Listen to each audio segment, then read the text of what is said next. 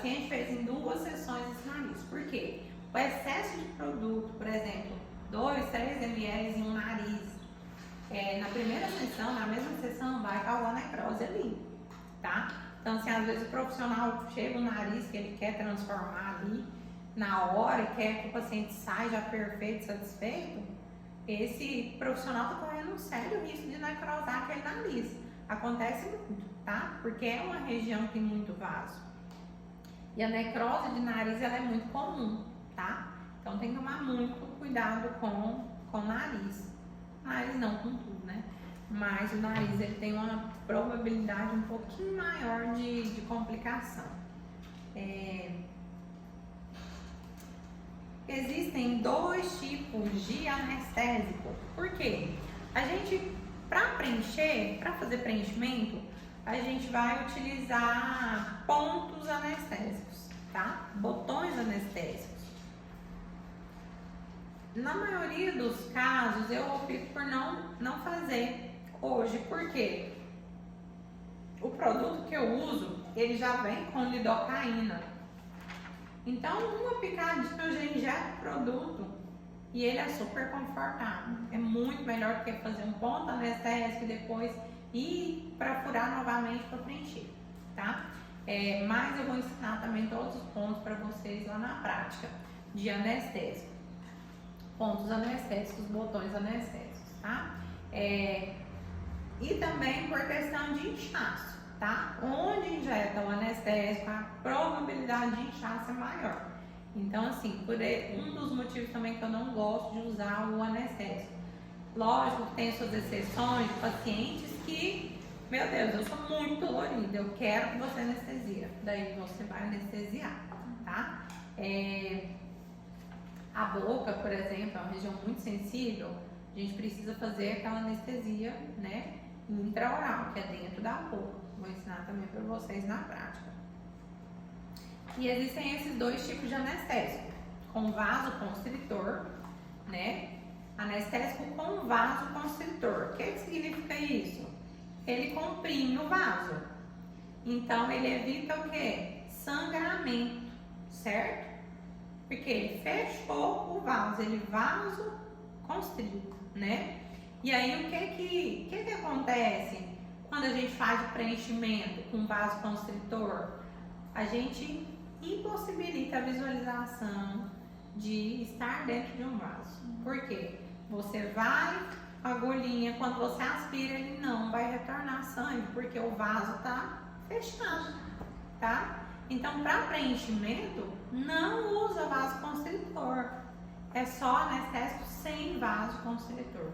Porque tá anestesiada a região, mas quando você aspirar, o sangue vai fluir normalmente, se você estiver dentro de um vaso. Para quais procedimentos então você usa com vaso? Rayane, fio. Fio é um procedimento que eu gosto de usar anestésico com vaso, porque sangra bem menos, é bem mais tranquilo de realizar o procedimento, tá? E eu não tenho risco de obstrução vascular nesse caso do fio. Existem algumas técnicas de aplicação do ácido hialurônico. Por quê? Na maioria dos casos, ele é injetado no subcutâneo, tá? Mas eu tenho o Skin Buster, que ele é intradérmico, né? Eu tenho técnicas que se chamam MD Codes, por exemplo. Técnica de MD Code é uma técnica que é aplicada profundamente. A gente toca com a agulha na justa óssea. Então, o preenchedor ele é aplicado em cima da justa. Então, ele é muito profundo, né? É chamado de técnica de MD Codes. E existem, a técnica principal utilizada, retroinjeção, que chama. A retroinjeção, a gente vai entrar com a agulha e vir retroinjetando, que é deixando o produto onde a gente quer aplicar, certo?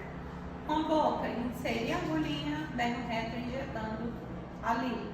Bigode chinês, inserir a cânula ou a agulha, venho retroinjetando ali, tá?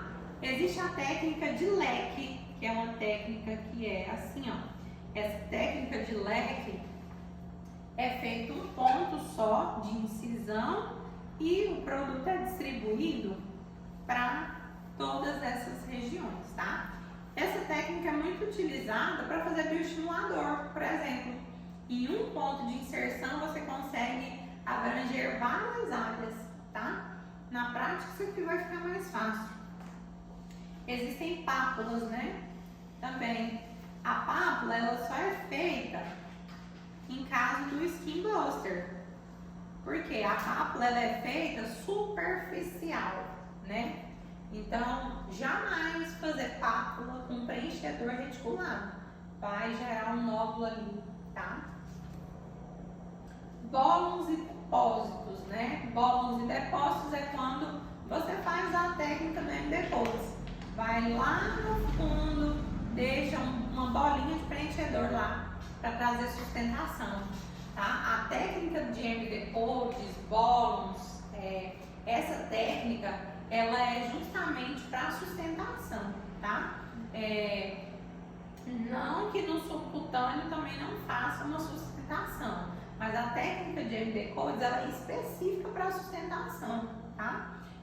Na prática fica mais fácil também essas questões. Leque, codes, já falei.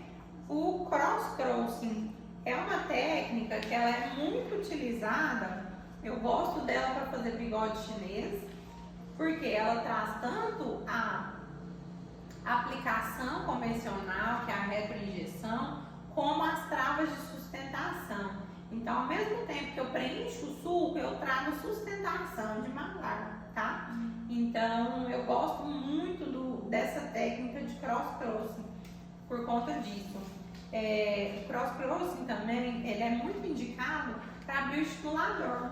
Quando é feito, por exemplo, numa região maior, um abdômen, por exemplo, vou bioestimular esse abdômen todo. A técnica de cross-crossing, ela é top. E que jeito que é essa técnica? Retroinjeção, ponto de sustentação, tá? Ó, você vai fazendo um triângulo e vai retroinjetando e sustentando a região. Isso é cross-crossing. Então, tudo vai depender do que? Qual técnica então que eu tenho que fazer? Vai depender da indicação do seu paciente, tá? Que lá na prática eu vou mostrar para vocês, esse paciente aqui tem tal indicação, nós vamos fazer assim, tá? Pós-aplicação, o que eu devo fazer? Ó, o preenchedor, ele é uma massinha de modelar, igual eu falei para vocês. Nas primeiras 24 horas, o que acontece? Ele fica solto dentro da pele. É como se ele não aderisse ainda no tecido, tá? Então, nessas primeiras 24 horas, tudo que eu moldar, movimentar, apertar e trazer para outra região, ele vai ficar, tá? Preencheu agora, meia-noite, eu vou massagear, eu posso fazer uma migração desse produto, tá? Então, assim, sempre peço para o paciente tomar muito cuidado na hora de dormir. Porque fez um bigode chinês, deitou de lado, ele pode migrar esse preenchedor para o lado, tá? Tem risco? Não vai acontecer nada se migrar, tá? A única coisa que vai acontecer é o quê? Ele não vai ficar no lugar que ele precisa ficar. Então, aí o paciente, quando ele não escuta, né, o profissional, ele fala que a gente preencheu no lugar errado. Não, a ruga tá aqui, você preencheu aqui, mas o produto migrou para lá, tá? E o produto só migra se tiver uma força de movimento. Ele não migra do nada também não, tá? Por quê? Porque ele é um gel espesso. Então ele só vai migrar se a gente realmente movimentar. É igual a mandíbula. A mandíbula precisa ficar 4 dias sem deitar de lado. Porque deitou de lado, migra pro pescoço. E o que eu faço se isso acontecer? Hialuronidase. Porque vai ficar horroroso o preenchimento do pescoço, né? Vai remover, vai perder o que fez, tá? Então, sempre deixar isso claro para o paciente, ó, não deita de lado, não deita de bruços, porque o produto pode migrar nas primeiras 24 horas. Se ele migrar, você vai perder o que a gente fez, porque vai ter que remover tudo depois, tá? Então não deitar e não dormir, assim, desse jeitinho, barriguinha pra cima. Outra coisa que eu falei, que deve evitar o quê? Temperatura, né? Então, se o paciente fez o preenchimento, começou uma complicação, ele está a 500 km daqui, o que você deve fazer? Ah, não tem farmácia, não tem pós-tec, não tem nada. O que é o recurso? Uma compressa de água quente, tá? Você vai fazer compressa na região de água quente, vai massagear a região que está com um sinal de inflamação até chegar onde você está. Lembrando que, de qualquer forma, o paciente tem que vir até onde você está para você resolver esse problema, tá? É só uma questão de emergência mesmo. Porque tudo que é quente vai fazer o produto durar menos, tá? Então, o paciente fez uma boca, foi bronzear outro dia, ela tem grande risco de perder o preenchedor que nós fizemos na boca dela se ela for bronzear no dia, por exemplo, tá? Ah, o paciente está sentindo um desconforto. É uma dor só. Por quê? Porque o preenchimento, dependendo de quantas picadas, da técnica que for feita, se o paciente está fazendo pela primeira vez, pode incomodar um pouquinho, dolorido, né? Nesse caso, compressinha de gelo pode? Pode o gelo, tá? Não pode a quente, porque vai desfazer o que a gente fez. Gelo pode, tá incomodando, mas não tem os outros sinais de inflamação. É uma dor comum. Dipirona ou paracetamol pode, tá? Para o paciente. Riscos de erros, né? O que pode acontecer? Eu coloquei áreas de segurança. Porque existem áreas que não pode ser aplicado preenchedor. E a gente precisa respeitar isso. É igual toxina. Existem áreas que a gente tem restrição, não pode aplicar, tá? Porque vai dar complicação. Pano incorreto, ou muito superficial ou muito profundo. Geralmente, ele muito profundo, ele não causa risco praticamente nenhum. Mas ele não vai gerar o resultado que a gente espera, né? Se não for feito de forma correta, com a técnica correta, né? E se ele for muito superficial, causa o nódulo que eu falei para vocês, né? Excesso de produto, que foi o que eu falei para vocês. Excesso de produto pesa também o vaso, também causa necrose, tá? Excesso de confiança do profissional. Tem 10 anos que eu trabalho com isso. Até hoje eu faço aspiração.